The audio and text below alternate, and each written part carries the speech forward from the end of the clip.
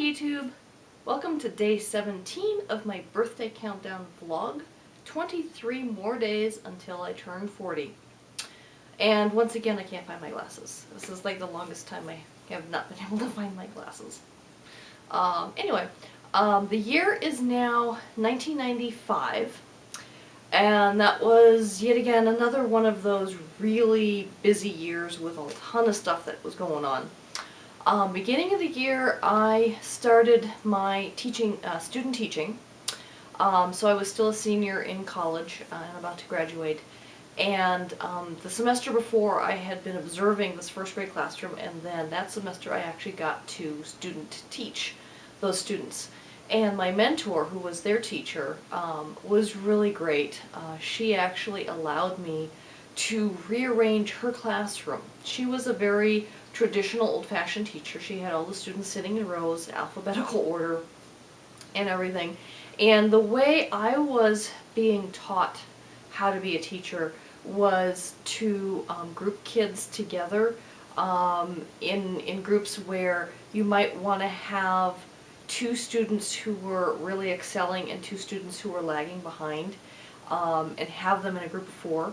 Often the students who were lagging behind would get help from their peers who were excelling, and therefore bring themselves up to speed more, without telling these students, oh yeah, well, Susie and Bobby, you two need help, so come here, George and Margaret, sit with them and help them. You don't do it that way. You actually sit them, you just figure out a seating plan, knowing who your students are, and knowing who are the ones who are struggling more than the rest, and just kind of rearrange the seating and say, hey, look, let's sit this way, it's more fun, we can cooperate and have group projects and things. Obviously you never tell the students who are struggling that they're struggling, at least not that directly. You try and encourage them and give them guidance, and allowing them to have other students helping them is a good thing. So that was one of the things that I was able to do, and ultimately it actually turned out to work really well. And she actually kept that arrangement after I left the classroom, which was kind of cool. I liked that. And of course, obviously, in May of that year, that's when I graduated, got my BA in elementary education, and that was really exciting. And up until then, I had been working in the records office on campus as a student worker. And what my boss did for me, since they knew that I wouldn't be able to find a job until that coming September, just because of the school year, they actually hired me as a full-time permanent person, and basically doubled my salary from below. I was actually, the student workers actually were making like $1 below minimum wage at the time, and then kind of basically doubled it from there, and hiring me, which was a great thing. So that summer I got to work full-time and with twice as much per hour as I was making. And then obviously I did a lot of interviews for teaching positions. And about 2 weeks before the school year started, I finally got hired. I was hired as an 8th grade science teacher at a middle school in Chicago. And that whole experience with that middle school was quite an interesting thing.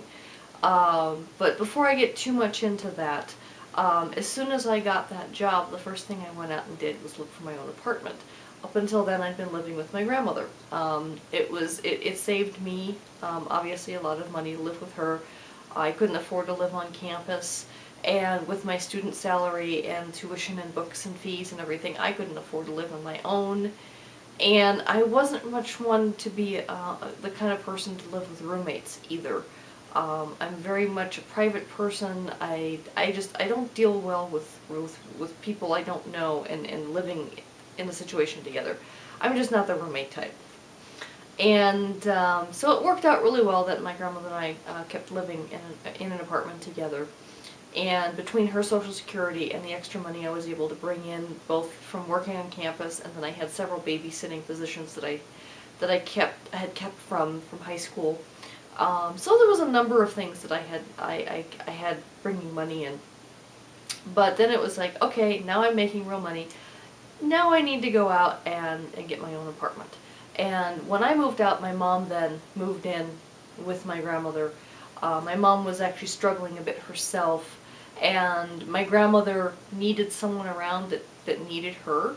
And so it was a really, for me, it was a good situation where my mom and my grandmother could come together because they needed each other, and I could go out and be independent. I didn't live that far away. I think I was like a 20-minute bus ride away. So anytime either of them needed me, I could just hop on the bus and come by and do whatever was necessary. So I wasn't abandoning anyone by any means, but I was definitely asserting my independence because I just really felt like I needed it. So that was exciting. Now back to the whole middle school situation. So they hired me, when they first hired me, they said, oh yes, you're going to be doing 8th grade, and it will be an earth science curriculum for that year. So I knew I needed to prepare my classroom, so I went out to, there was a supply store that I could get all the teaching equipment that I needed. A lot of teachers will purchase a lot of things out of pocket, out of their own pocket, because the schools just don't provide them. And that's a whole other video if you ever want to go into that. So I did. I got posters, I got activity books, I got a whole bunch of things to supplement the textbooks that I would have had available in the classroom. But then the first day I came in for my orientation, before the students came, I met the 7th grade science teacher, and she was like, why are you putting up all this earth science stuff? That's my subject. And I said, well, that was the subject that the principal told me I was teaching. And she was like, oh, there must have been some mix-up. You're physical science. Which is, you know, all fine and good. I was certified to teach science of any subject, and I was fine in any of them. But, you know, here I spent like $100 on things for my classroom, and they were all wrong. So I had to go back out, and since I'd already tacked things up to the bulletin boards and things, I had little tack holes in the posters, and so I couldn't return them. So I said, I just told the earth science teacher, like, do you want any of my stuff? Because I now I need to go out and buy other stuff, and I couldn't return it. So she was really grateful that she didn't have to, she had already purchased some things, but it was an extra supplement, because you have to switch out your posters every now and again. You're not going to keep the same posters up all the time. So she was grateful to get some extra posters, because I had different ones than what she had. And I went out and got physical science stuff. Physical science, it's basically physics, but for the elementary school level. We talked a lot about electromagnetism and things of that nature. I think one of the cool things I did with the students that year was to build a light bulb, showing them how you can take a big battery and basically any old jar with a lid, and some copper wire and some picture frame wire, and you hook it all up and you can actually make a light bulb. It's not a very bright light bulb. You had to turn off all the lights in the classroom, but you hook it all up, and all of a sudden the little light starts glowing a nice bright orange, and all the kids really liked that one. Unfortunately, I had some very unruly students. I mean, this was 8th grade. The students were ranging in ages between 12 and 14. The 12-year-olds were the really smart kids that skipped a couple of grades, and the 14-year-olds and almost 15-year-olds were some of the ones that hadn't skipped grades but had been held back. We had an integrated special education program, and more than 50% of the school population were known affiliates with local gangs. So, you know, this is inner city Chicago. It was a mostly Hispanic neighborhood, although I had a mix of different ethnic groups in the classroom.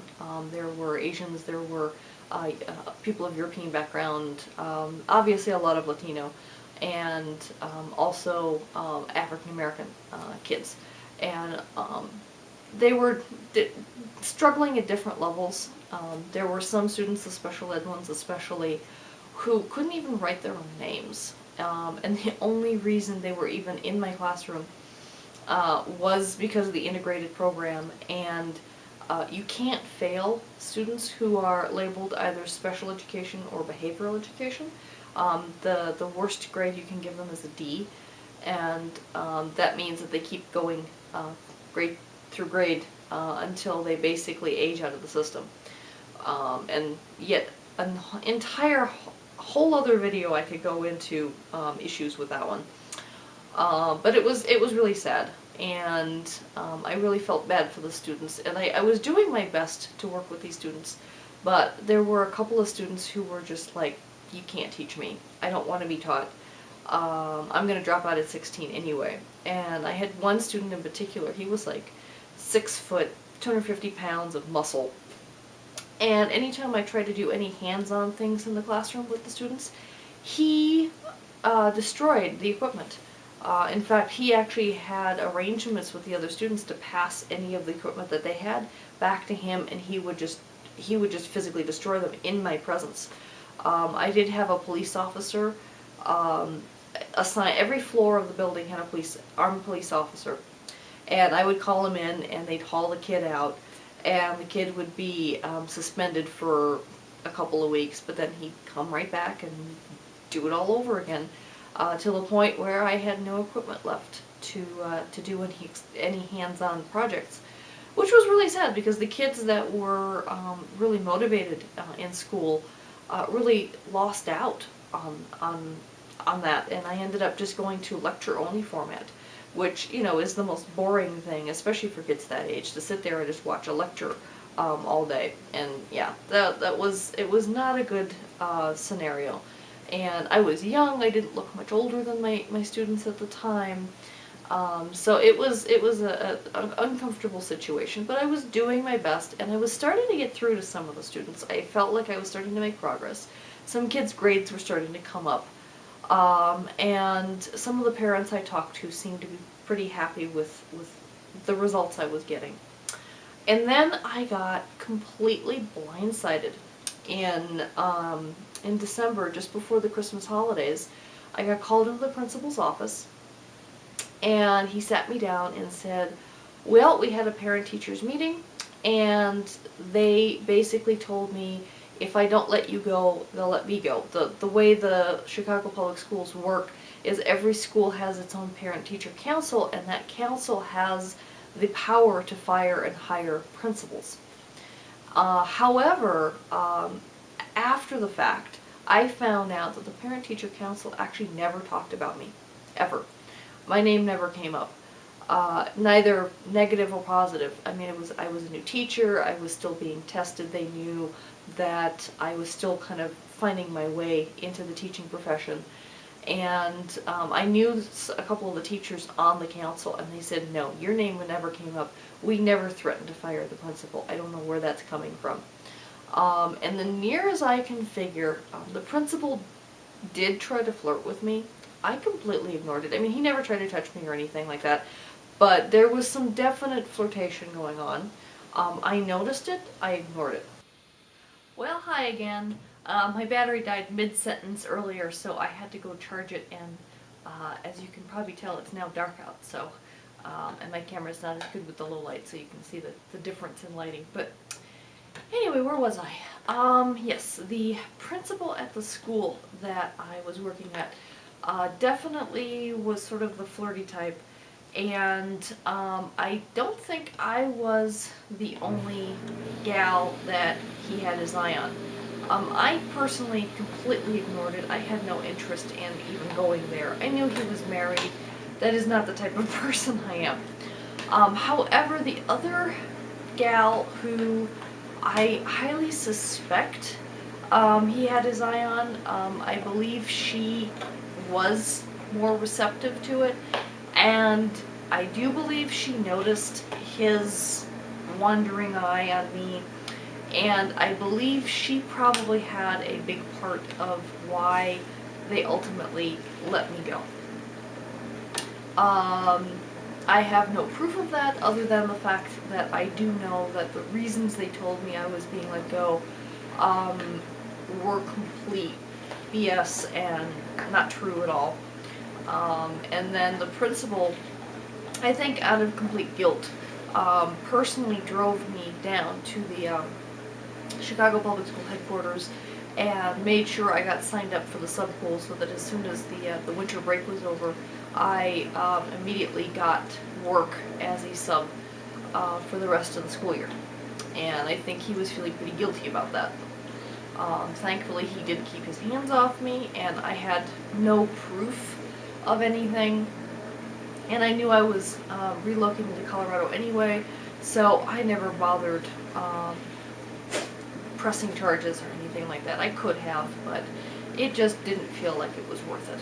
So, be that as it may, that year actually did not end on the most positive of notes, although at least thankfully I knew I would still have an income stream come the new year, so that was the one good thing. And I had a couple of weeks where I didn't have any work, which gave me sort of basically a 2-week vacation, which I would have only had 1 week for winter break. So that was a bit unfortunate, but obviously I survived and have worked everything out career-wise for me since then. Alright, so that was basically all the things that happened to me in 1995. Until tomorrow, bye.